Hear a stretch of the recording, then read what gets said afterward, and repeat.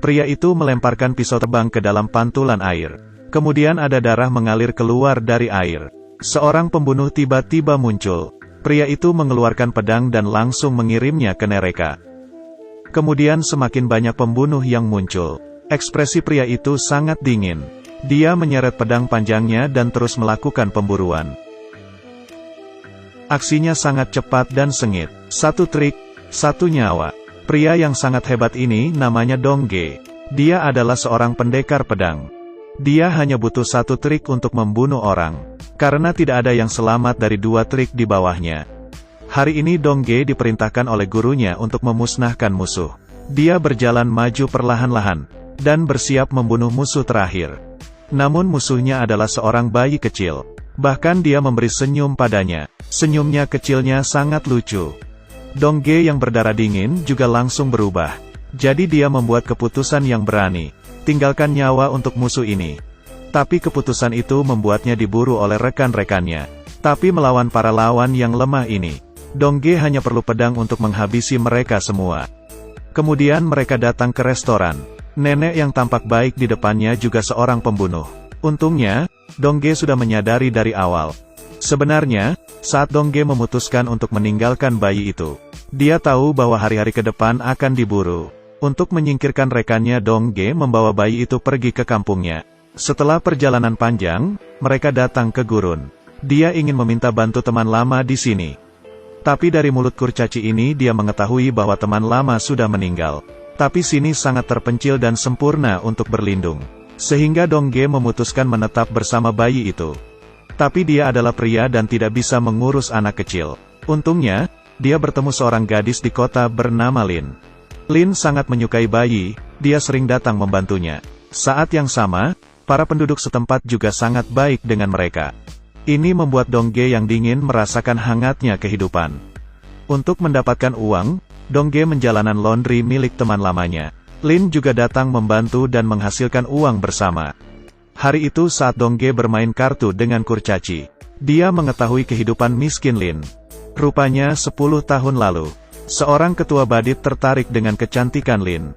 Sehingga ia ingin memperkosanya. Lin segera menolak. Dia menuangkan minyak panas ke wajah bandit. Bandit yang emosi langsung membunuh keluarga Lin. Gadis yang malang ini, demi membalas dendam untuk keluarganya, dia terus berlatih pisau terbang. Namun dia bukan orang yang berbakat. Ditambah tidak ada yang mengajarnya. Sehingga tidak ada kemajuan selama bertahun-tahun. Dongge melihat kehidupan Lin yang malang. Dia ingin mencobanya. Lihat apakah bisa mengangkatnya sebagai muridnya. Dia semakin yakin Lin sangat tidak berbakat. Dia segera menyerah pada ide ini. Secara tidak sengaja, Lin mengetahui Dongge adalah seorang master seni bela diri. Sehingga dia terus meminta Dongge mengajarnya seni bela diri. Dongge akhirnya terpaksa setuju. Dia mulai melatih Lin setiap hari. Dia juga diberi sepasang golok. Mereka berdua rukun siang dan malam. Secara bertahap ada perasaan. Ini seperti satu keluarga yang hidup bersama dengan bahagia. Tapi hari bahagia tidak berlangsung lama. Sekelompok bandit menyerang kota. Mereka juga orang-orang yang membunuh keluarga Lin. Wajah kepala bandit itu dirusak oleh Lin saat itu. Dia semakin kejam. Mereka terus-menerus menggertak penduduk kota. Dan Dongge yang sudah terbiasa dengan kehidupan normal, dia tidak menyelamatkan mereka. Pada saat ini, Lin berinisiatif untuk menyerang sendiri. Dia ingin menggunakan kecantikannya untuk membunuh kepala bandit. Dan membalas dendam untuk keluarganya. Namun kepala bandit yang licik sudah tahu dari awal.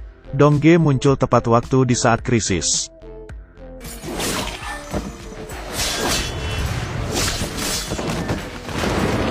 Saat Dongge bersiap untuk menghabisi kepala bandit, tiba-tiba Lin berdiri di depan. Dia harus melakukannya sendiri. Lin terpikir dengan ajaran dari Dongge. Jadi dia menutup matanya dan membuang pisau terbang. Tapi setelah topeng dibuka dia baru tahu ini bukanlah kepala bandit. Kepala bandit sebenarnya telah melarikan diri dengan menyamar sebagai anak buah. Sementara itu, Dongge sedang mengemas barang dan bersiap pergi dengan bayi itu. Karena dia menggunakan kekuatannya, gurunya akan segera datang mengikuti jejak pedangnya. Dia tidak ingin mengorbankan orang-orang di kota. Tapi saat dia keluar dari pintu, dia mengetahuinya. Orang-orang di kota datang ke rumahnya. Kali ini tidak membunuh kepala bandit. dia akan memanggil pasukan dan menyerang lagi. Maka seluruh kota akan menderita saat itu. Untuk melindungi teman-teman ini, Dongge memutuskan untuk menetap dan melawan para bandit. Penduduk juga di bawah kepemimpinan wali kota, menggali senjata yang terkubur di masa lalu. Bersiaplah untuk menggunakan kekuatan terakhir mereka untuk melindungi kota ini. Segera bandit dengan kelompok yang besar datang ke kota itu. Dongge mengeluarkan senjatanya dan bersiap untuk pertempuran. Ketika bandit tiba di lokasi yang ditentukan, penembak jitu akan meledakkan bom yang ditanam sebelumnya.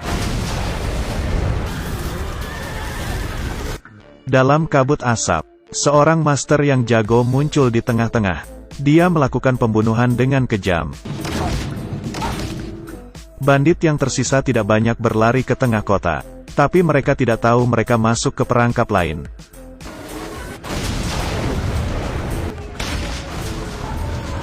Para bandit dengan susah payah naik ke atas gedung, dan ingin membunuh penebak jitu. Namun penembak jitu itu kabur dengan tali.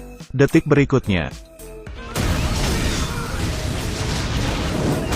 saat semua penduduk bersiap-siap untuk merayakan keberhasilan membunuh bandit, ada sebagian bandit yang berpura-pura mati kembali bangkit. Semua orang dipukuli dan berlarian lagi. Saat itu juga, ada banyak orang berbaju hitam terbang ke atap rumah. Dan pemimpinnya adalah Guru Dongge. Mereka datang ke sini untuk membasmi darah pengkhianat. Dengan sebuah arahan, dimulai pertempuran antara sekelompok koboi barat dengan samurai hitam.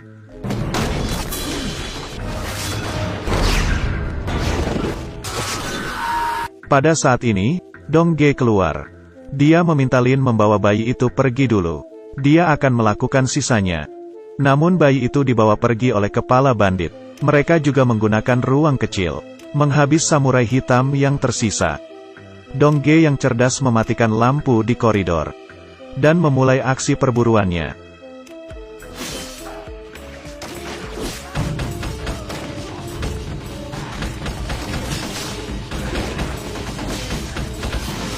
Setelah menghabisi semua musuh, Dongge datang ke depan kepala bandit.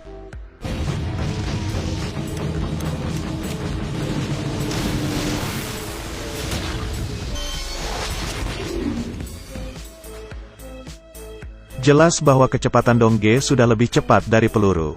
Pada akhirnya dia tidak langsung membunuh kepala bandit, tapi sekali lagi menyerahkannya kepada Lin. Tapi pada awalnya, Lin bukan lawannya. Tapi dengan kemarahan yang penuh, dia berhasil membunuh musuhnya. Keduanya menggendong bayi keluar. Guru Dongge sudah lama menunggunya. Demi melindungi bayi ini, Dongge mengeluarkan semua kekuatan untuk bertarung dengan gurunya.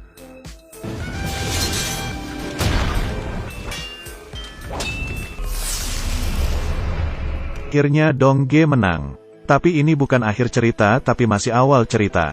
Dia menyerahkan bayi itu ke Lin. Kemudian sendirian menghadapi pengejaran berikutnya. Film ini berasal dari The Warrior Way. Ini film yang dilakoni dan disutradarai oleh orang Korea. Meskipun plotnya sederhana dan vulgar, tapi masih mengekspresikan temperamen pertempuran timur dengan baik. Ditambah dengan koboi barat, setidaknya membuat orang seru menontonnya. Jika Anda tertarik, bisa coba menonton film langsung. Terima kasih sudah menonton. Sampai ketemu lagi di film berikutnya.